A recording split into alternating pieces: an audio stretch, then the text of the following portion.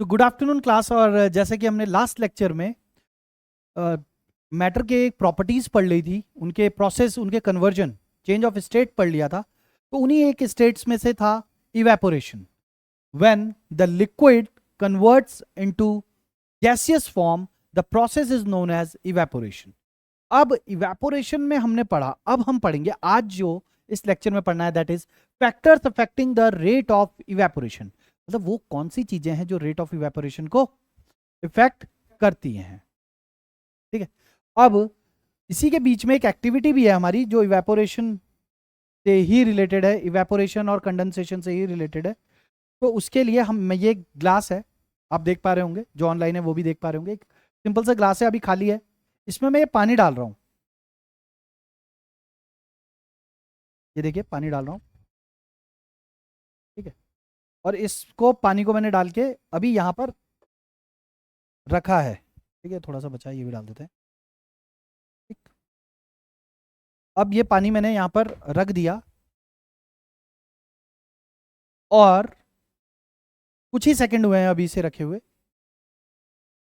ठीक है। इसको अभी रख के छोड़ते हैं और यहां पर पढ़ना शुरू करते हैं। मुश्किल से हम इसको देखेंगे एक आधे मिनट के बाद, ठीक है। वैसे चेंजेस मुझे दिखने लगे हैं जो मैं आपको बताना चाह रहा हूं, है ना। अब जो हम पढ़ रहे थे, सबसे पहली चीज टेम्परेचर। क्या इवेपोरेशन पे टेम्परेचर का फर्क पड़ता है? हाँ बिल्कुल पड़ता है। If we increase the temperature, the rate of evaporation increases. अगर टेम्परेचर को इंक्रीज करेंगे, ऊपर का एरो इंक्रीज का साइन होता है, तो इवेपोरेशन भी, रेट ऑफ इवेपोरेशन भी इंक्रीज हो जाएगा। सोचो 50 डिग्री पे पानी उड़ रहा है, धीरे धीरे इवेपोरेट हो रहा है, मैंने टेम्परेचर 90 डिग्री कर दिया, या 100 डिग्री पे पानी उबलना शुरू हुआ, इवेपोरेट होना शुरू किया, मैंने 150 डिग्री कर दिया टेम्परेचर, तो और ज्यादा तेजी से पानी बॉयल होगा, हाँ है ना। बॉयल मतलब इवेपोरेट होगा, हाँ है ना। तो पहली चीज, if you increase the temperature, evaporation तेज हो जाएगा। अब दूसरी चीज आई सरफेस एरिया। अब कभी आपको देर हो रही है कहीं जाने के लिए, या आपके घर में किसी को देर हो रही होती है जाने के लिए, बोले यार अब टाइम नहीं है, तू एक काम कर, कटोरी की जगह थाली में डाल दे खाना। तो उससे क्या होता है, हाँ, तो सरफेस एरिया, क्यों, थाली में ज्यादा एरिया मिला तो इवेपोरेशन तेजी से हो गया। क्यों, अब देखते हैं कैसे समझते हैं। सपोज ग्लास अगर जो होता, अगर सिर्फ ग्लास होता तो वो एक, है ना, सिर्फ ग्लास होता तो वो सिर्फ इतना सा एरिया जो है, सरफेस एरिया जो है, सिर्फ उतने से भाप उड़ पाती। समझ रहे हैं आप, जो इवेपोरेट हो रहा है पानी सिर्फ उतने पार्ट से हो पाता। जैसे ही हमने उसे थाली में डाला, उसको एरिया ज्यादा मिल गया। अब थाली में इस कोने से भी उड़ रहा है, इधर से भी, इधर से भी, इधर से भी, इधर से भी, मतलब ज्यादा तेजी से वो एनवायरनमेंट के साथ डिफ्यूज हो पा रहा है, वो जो इवेपोरेटेड वाटर है। तो सरफेस एरिया बढ़ा दूंगा तो इवेपोरेशन भी, रेट ऑफ इवेपोरेशन भी बढ़ जाएगा। फिर बात आ गई ह्यूमिडिटी। ह्यूमिडिटी मतलब ह्यूमिडिटी मतलब वातावरण में कितना पानी डिजॉल्व है एयर में। बरसातों में आप देखते हो चिप चिप चिप चिप होता है ना, वो काफी ज्यादा मॉइस्चर, क्योंकि हवा में मॉइस्चर होता है, ह्यूमिडिटी होती है, वाटर ज्यादा डिजॉल्व रहता है। आ रही है मेरी बात समझ में कि नहीं? पानी ज्यादा डिजॉल्व रहता है, ठीक है। तो ह्यूमिडिटी ज्यादा होगी।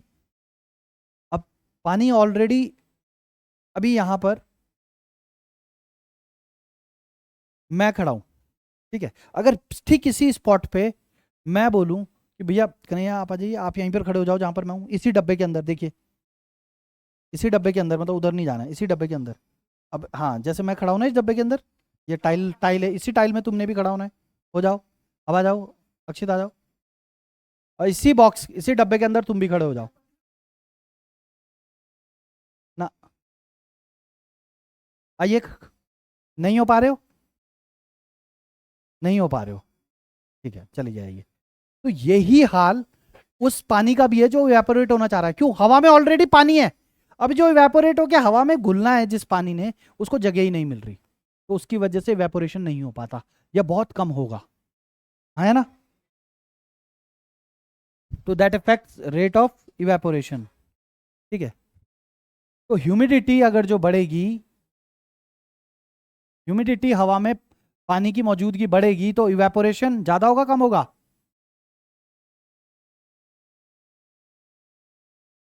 इवेपोरेशन कम हो जाएगा। क्यों? क्योंकि ऑलरेडी हवा में पानी है, तो जो पानी उड़ रहा है वो नहीं जा पाएगा, यस और नो। उसके बाद विंड स्पीड, विंड स्पीड मतलब, विंड स्पीड मतलब कि, हाँ, विंड स्पीड मतलब अगर हवा तेज से चले तो क्या इवेपोरेशन तेज होगा या कम होगा? क्या लगता है? तेज होगा। कैसे? इसका मेन चीज क्या है, जब कुछ चीज हम खा रहे होते हैं गर्म होती है तो फूंक मारते हैं कि नहीं? वो फूंक मारने से क्या होता है, उस सरफेस जो भी उसका अपर मोस्ट सरफेस है उस पर फूंक मारी तो तेजी से हवा चली, हवा गर्म जो इवेपोरेशन हो रहा था उतने वाले पार्ट को हटाया, तो नीचे से नीचे का पार्ट और ज्यादा इवेपोरेट हुआ, फिर फूंक मारोगे वो भी हटेगा और नीचे का इवेपोरेट होगा और तेजी से। और ये ध्यान रखना, जब भी इवेपोरेशन होता है, इवेपोरेशन मैंने बताया था ना लेटेंट हीट, अपने साथ गर्मी लेकर इवेपोरेशन होता है, अपने साथ गर्मी लेकर। कभी जब आप, ठीक है, तो यानी ये भी समझ आ गया कि विंड स्पीड ज्यादा होगी तो इवेपोरेशन मतलब सिर्फ एक केस में कम हो रहा है, बाकी सब में बढ़ रहा है, ह्यूमिडिटी के केस में कम हो रहा है ना। अच्छा, कभी यार आप भागते हो वगैरह, पसीना आ जाता है, फिर थोड़ी देर बाद वो पसीना उड़ जाता है, तो फिर आपको ठंडा ठंडा लगने लगता है, पहले बहुत गर्म लग रहा होता है, कभी पसीना आया हुआ रहता है, पंखे के नीचे बैठो तो फिर वो पसीना तो उड़ जाता है लेकिन ठंडा लगने लगता है। ऐसा क्यों होता है? क्योंकि इवेपोरेट हो जाती है, बिल्कुल सही बोला आपने, कि वो जो पानी इवेपोरेट होता है ना, हमारी त्वचा से गर्मी को लेता है बॉडी से और इवेपोरेट हो जाता है। अब वो अगर हीट लेके इवेपोरेट हो गया तो जहां से हीट ले ली वो चीज ठंडी हो गई, यस और नो, ये समझ आया? अच्छा ठीक है, जो एक्टिविटी में मैं आपको समझाना चाह रहा था जो सबसे पहले, वो ये कि मैंने इसमें ठंडा पानी डाला, जैसे कि आप भी देख पा रहे होंगे, और ये इस पे पूरा पानी आ गया, ये देखिए पूरा, ठीक है, पूरा पानी आ गया इस ग्लास में चारों तरफ से, देखिए इवन ये पानी भी टपकने को हो गया है, ठीक है, टपक ही रहा है। तो इस ग्लास में जो सबसे पहले, ये देखिए इस ग्लास में मैंने क्या किया, सिर्फ पानी डाला और ये पूरे इसके आउटर सरफेस पे पानी आ गया, ये पानी के अंदर से लीक होके बाहर आया, ठीक है। एक छोटा सा पीस ऑफ पेपर देना, ठीक है, ये भी रंगीन रहा है, ठीक है। अब ये देखते हैं कि भाई ये पीस ऑफ पेपर लिया, देखो भाई इस पेपर पे पानी दिख रहा है, गीला हो गया, यानी इसके आउटर सरफेस में अगर वैसे नहीं दिख रहा है, पूरा पानी है, ये देखो ये पूरा गीला हो चुका है, आया ना, ये देखिए पूरा पानी है, पूरा पानी है, पेपर वहीं चिपक गया पानी पे, ठीक है, ये पूरे पानी में गीला हो रखा है। ठीक, कहाँ से, अब कुछ सवाल मेरे मन में जो आए, कहाँ से आया ये पानी? क्या ग्लास के अंदर से लीक होके आया? ये पानी कहाँ से आया इसके चारों तरफ? बर्फ थी पानी में, मतलब बर्फ थी, बर्फ मेल्ट हुई और बाहर को आ गई। हाँ, कैसे? पानी फ्रीजिंग पॉइंट पे, बर्फ छोड़िए, मैं ठंडा पानी भी डालता हूँ, चिल्ड वाटर, उसमें भी ये प्रोसीजर हो जाएगा। और अभी हमने इसको क्लीन किया है ना, अभी क्लीन किया है, थोड़ी देर में फिर दोबारा आ जाएगा, अब तो बर्फ भी पिघल गई, फिर आ जाएगा इसके ऊपर। कहाँ से आ रहा है, कहाँ से आता है इतना पानी?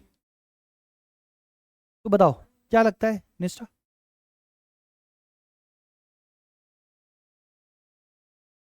चिपक जाता है, काहे चिपक जाता है? बिल्कुल सही बात बोली आपने, जो सराउंडिंग में हवा में जो पानी है ना, वो आ रहा है, वो इस ठंडे ग्लास पे टकरा रहा है और वहीं चिपक जा रहा है। तो जो वर्ड चिपक जा रहा है उसकी जगह हम बोल सकते हैं वो वहां पर कंडेंस हो जा रहा है। हवा में क्यों है वो पानी? क्योंकि वो इवेपोरेट हो रखा है, उसके अंदर हीट है, वो हवा में इसलिए है।